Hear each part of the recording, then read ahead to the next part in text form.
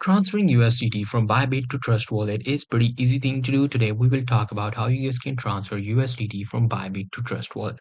The process is pretty simple. For that, as you guys can see, I'm on my Google. Here I will simply go to the Bybit's website. So by searching Bybit, I will be able to go to bybit.com. Now in the Bybit's website, you have to log into your account. After logging into your account, you simply have to click on this assets and then click on withdraw. After clicking on withdraw, this is, as you can see, it wants me to verify my ID. After verifying your Bybit account or Bybit ID, you will be able to see all of the cryptocurrency you have.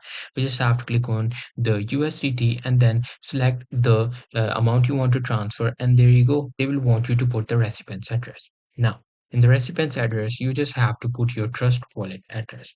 So to get the Trust Wallet address, you have to go to your Trust Wallet, which should look something like that. Here, you just have to click on this receive, and then I'm just going to click on this proceed anyway, and then I'm going to type in USDT right here. Now, you will be able to select USDT, and then after selecting the USDT, they will give you the wallet address, which should look something like that.